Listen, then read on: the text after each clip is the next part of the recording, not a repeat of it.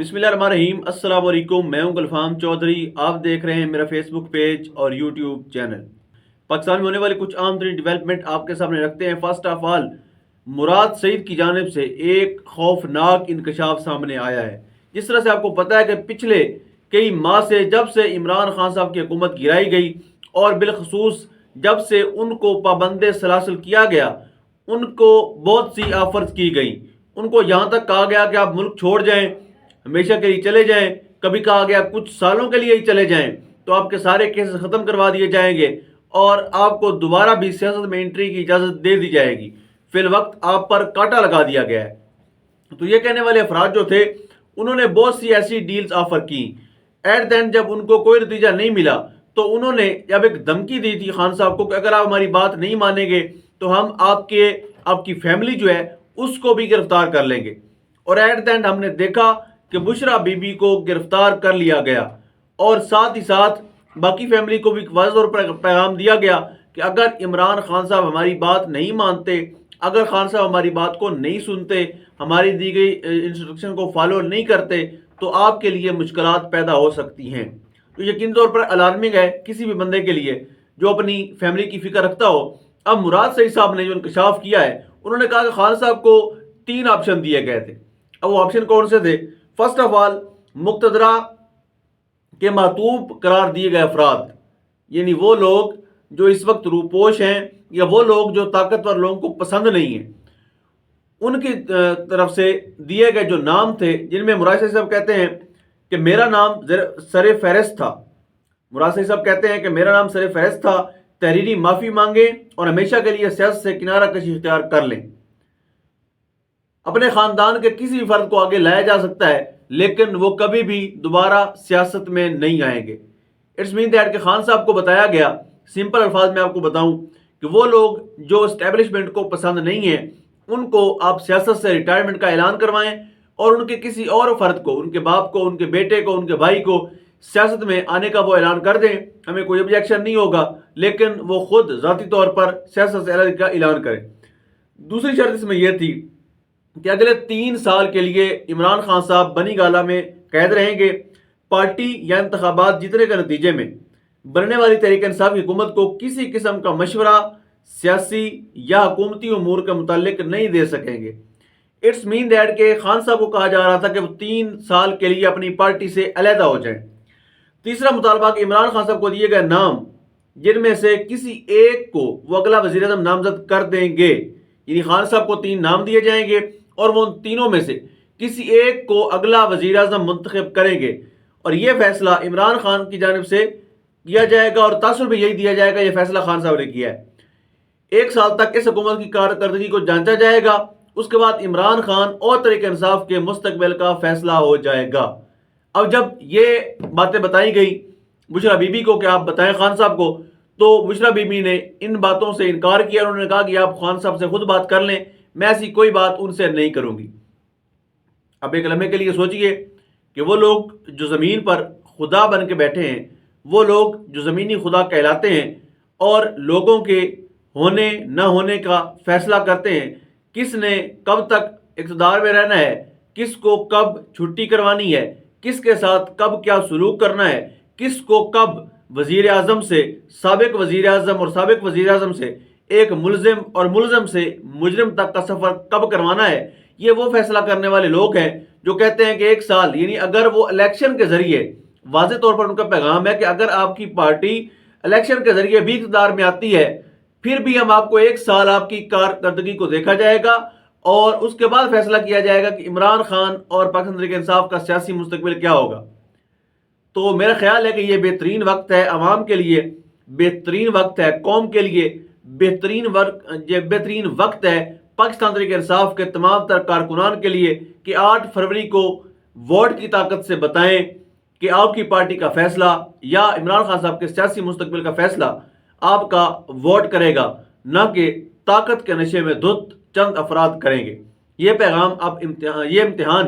اب عوام کا ہے، یہ پیغام اب عوام نے ہی دینا ہے۔ اس کے بعد بات کرتے ہیں توشہ خانہ کے حوالے سے تفصیلی فیصلہ سامنے آیا ہے، جس میں کہا گیا ہے کہ توشہ خانہ کیس میں 23 صفحات پر مشتمل تحریری فیصلے کے مطابق استغاثہ کیس ثابت کرنے میں کامیاب رہی۔ بانی پی ٹی آئی اور بشرا بی بی نے وزیر اعظم آفس کا غلط استعمال کرتے ہوئے 1573 ملین کا مالی فائدہ حاصل کیا۔ خان صاحب اور بشرا بی بی کو غیر ملکی سربراہان نے 108 تحائف دیے۔ سعودی ولی عہد نے عمران خان کی اہلیہ کا جیولری سیٹ تحفہ وصول کیا جو توشہ خانہ میں رپورٹ تو ہوا تاہم جمع نہیں کروایا گیا۔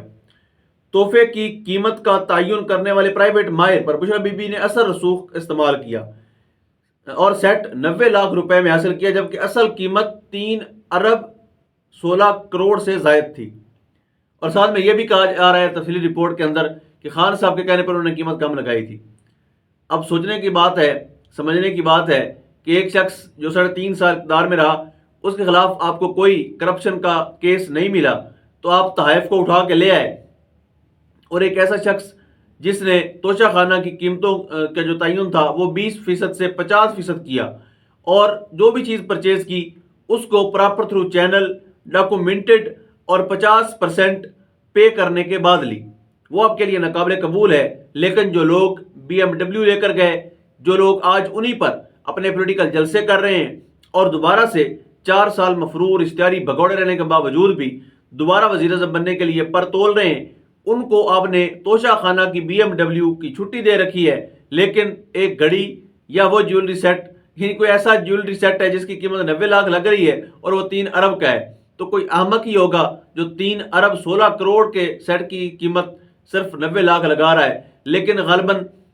پالیسی میکرز عقل کا استعمال نہیں کر رہے، صرف بغض، نفرت اور عداوت کا استعمال کر رہے ہیں۔ وہ جب ان چیزوں سے نکلیں گے ان کو شاید اس چیز کا احساس ہو جائے کہ آپ کر کیا رہے ہیں۔ اس کے بعد نواز شریف صاحب آج کل جلسوں میں جا رہے ہیں، اور جلسوں میں یقینی طور پر ان کے جو بیانات ہیں وہ بڑے شاندار ہوتے ہیں اور بڑے دھڑلے کے ہوتے ہیں، اور وہ ہمیشہ سے بڑا واضح پیغام دیتے ہیں۔ میاں صاحب کہتے ہیں کہ ہم بلین ٹریز والے نہیں ہیں، ہم جو کہتے ہیں وہ کر کے دکھاتے ہیں۔ اس کے بعد میاں صاحب نے مزید کیا کہا جی آپ کے سامنے رکھتے ہیں۔ میاں صاحب کہتے ہیں کہ 50 لاکھ گھروں کا وعدہ کیا گیا، 1 کروڑ نوکریوں کا وعدہ کیا گیا، لیکن کسی ایک کو بھی گھر نہیں ملا۔ ہم بلین ٹری والے نہیں ہیں، ہم جو بات کرتے ہیں وہ کرنا جانتے ہیں۔ ان کا کہنا تھا کہ یوتھ ممی ڈیڈی والی نہیں، کہتے ہیں یہ یوتھ کسی اور کے ساتھ ہے، نہیں، یہ یوتھ نون لیگ کے ساتھ ہے۔ نواز شریف نے کہا کہ 1 کروڑ نوکریاں دیں گے، کسی کو نہیں ملی ہیں، ہر بندے کے پاس روزگار ہونا چاہیے۔ شہباز شریف 5 سال بعد یہاں کوئی بے روزگار نظر نہیں آنا چاہیے۔ شہباز صاحب آپ نے صرف میٹرو پر ٹرکا دیا، شہباز صاحب آپ نے صرف میٹرو پر ٹرکا دیا،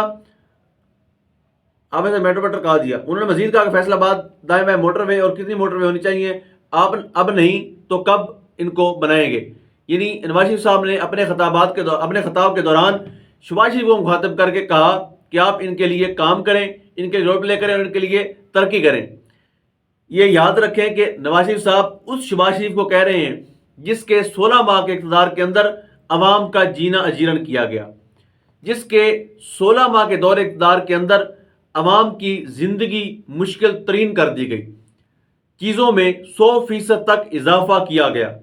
یہ وہ شہباز شریف صاحب ہیں جن کے رجیم چینج آپریشن کے نتیجے میں جب یہ آئے تو انہوں نے ایک عام آدمی کے منہ سے 2 وقت کی روٹی بھی چھین لی۔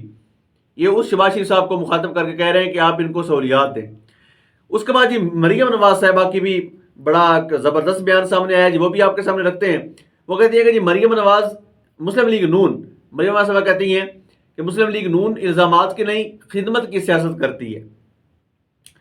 مزید کہنا تھا جی ہماری جماعت گالم گلوچ اور الزامات کی سیاست نہیں کرتی بلکہ خدمت اور کارکردگی پر یقین رکھتی ہے۔ انتخابی جلسے میں خطاب کرتے ہوئے کہا کہ مریم نواز نے انتخابی جلسے میں خطاب کرتے ہوئے کہا کہ حکیم رانا ثناء اللہ نے ایسا علاج کیا کہ ایسی حکمت دکھائی کہ نہ بیمار نظر آتا ہے اور نہ بیماری نظر آئی ہے، نہ مرض نظر آتا ہے نہ ہی مریض نظر آتا ہے۔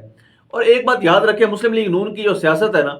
وہ ٹوٹلی طور پر ایک بدماشی، گنڈا گردی اور کرپٹ عناصر جو ہیں ان پر مشتمل ہے۔ اب رانا ثناء اللہ صاحب جب وزیر داخلہ تھے تو انہوں نے پاکستان تحریک انصاف کے لانگ مارچ کے اوپر جو لاٹھی چارج کروایا، شیلنگ کروائی اور جو لوگ شہید ہوئے، اس ساری کی ساری فاشسٹ کارروائیوں کو مریم نواز صاحبہ نہ صرف ڈیفینڈ کر رہی ہیں بلکہ وہ اس کو علاج قرار دے رہی ہیں۔ اگر یہی کارروائیاں آپ کے لانگ مارچ پر ہوتی، جب آپ نے عمران خان صاحب کے دور میں لانگ مارچ کیا، آپ پر کسی قسم کے لاٹھی چارج، پتھراؤ، شیلنگ، ربڑ بلٹ کچھ بھی استعمال نہیں ہوا۔ اگر اس وقت عمران خان صاحب کی حکومت یہ کرتی تو آپ کا باپ آج تک پوچھتا پھرتا ہے کہ مجھے کیوں نکالا، اور آپ بھی ساری زندگی یہی پوچھتے پھرتے کہ یہ کیوں ہوا۔ لیکن آپ نے جو فاشسٹ قسم کی کاروائیاں کی اس کے اوپر آپ ڈیفینڈ کر رہی ہیں۔ یہ وہی رانا ثناء اللہ ہے جس نے سانے ماڈل ٹاؤن میں 14 لاشیں گروائیں۔ یہ وہی رانا ثناء اللہ ہے جس کے بارے میں عابد شیر علی کے والد گواہیاں دے چکے ہیں کہ وہ قاتل ہیں۔ یہ وہی رانا ثناء اللہ صاحب ہیں جو مریم نواز صاحبہ کے بارے میں اتنے نازیبا کلمات بولتے تھے کہ میں تو اب نہیں بول سکتا کیونکہ میری اخلاقیات وہ اجازت نہیں دیتی، میرا ضمیر اجازت نہیں دیتا کہ رانا ثناء اللہ صاحب کے وہ جملے جنہوں نے مریم نواز صاحبہ کے بارے میں بولے تھے وہ آپ کے سامنے بول سکوں۔ یہ وہی رانا ثناء اللہ صاحب ہیں جو پیپلز پارٹی میں ہوتے تھے تو مسلم لیگ نون کے قائد نواز شریف اور ان کی صاحبزادی جو مریم نواز ہیں ان کے اوپر وہ تنقید کا ریسرچ چلاتے تھے اور انتہائی واہیات قسم کی زبان استعمال کرتے تھے۔ لیکن سیاست بڑی بے رحم چیز ہے، اور جو سیاست ہے وہ بچانے کے لیے لوگ اپنا دین ایمان، اپنی عزت، اپنی بے عزتی سب کچھ بھول جاتے ہیں۔ تو یہ وہی رانا ثناء اللہ صاحب ہے، میں نے کہا مریم نواز صاحبہ کو یاد کراتے چلیں۔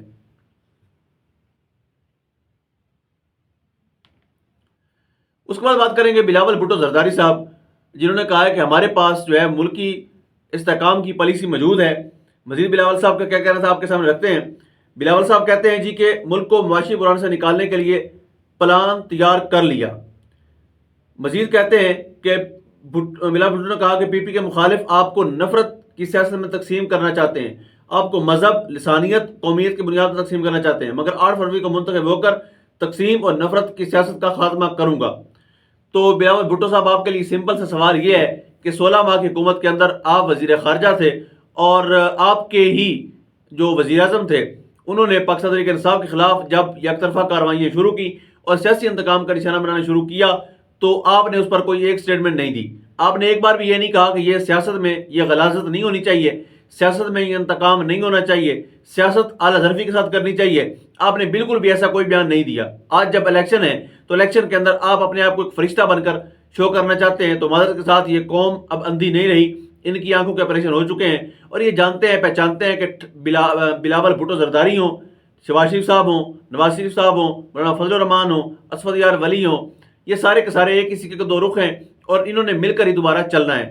ان جس کو بھی ووٹ دیں گے، اور پوری قوم یاد رکھے پی ڈی ایم کی جماعتوں میں جس کو بھی آپ ووٹ دیں گے آپ اسی حکومت کو ووٹ دے رہے ہوں گے جنہوں نے 16 ماہ آپ کا خون نچوڑا ہے، جنہوں نے 16 ماہ آپ کی ہڈیاں توڑی ہیں، جنہوں نے 16 ماہ آپ کو نقصان پہنچایا، آپ کی معیشت کا بدحال کیا ہے، آپ کی معیشت کو بدحال کیا ہے، آپ کو اوورآل جو ایک بینگ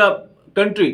آپ کا رول پلے ہوتا ہے پوری دنیا کے اندر اس میں بھی آپ کو کمزور کرنے والی یہی پی ڈی ایم کی حکومت ہے اور یہی 16 جماعتوں کا پر مشتمل ایک بان بندی کا کنبہ ہے جنہوں نے بری طرح سے اس ریاست کو نقصان پہنچایا ہے اور ریاستی مشینری کا بے دریغ استعمال کر کے ایک ہی سیاسی جماعت کو مخالف سیاسی جماعت کو دیوار سے لگانے کے لیے اسٹیبلشمنٹ کو کندھا پرووائڈ کیا ہے۔ اور آخر میں بات کریں گے عمران خان صاحب کو جس طرح بتایا گیا تھا کہ اگر آپ ہماری بات نہیں مانیں گے تو آپ کی فیملی تک بات آئے گی۔ سب سے پہلے ان کی اہلیہ کو گرفتار کیا گیا، اب ان کی بہن کے خلاف ایف آئی اے میں انکوائری کھلی ہے اور علیمہ خان کو عوام کے اندر خوف و ہراس پھیلانے کے جرم میں طلب کر لیا گیا ہے۔ اب دیکھتے ہیں کہ وہاں پر کیا نتیجہ نکلتا ہے اور علیمہ خان صاحبہ سے کیا کیا سوال پوچھے جاتے ہیں اور کیا وہ جوابات جمع کرواتی ہیں۔ بصورت اللہ پاک وطن عزیز کا حامی و ناصر ہو۔ پاکستان زندہ باد۔ ایک منٹ یار، پاکستان زندہ باد۔ چلیں وہ یہ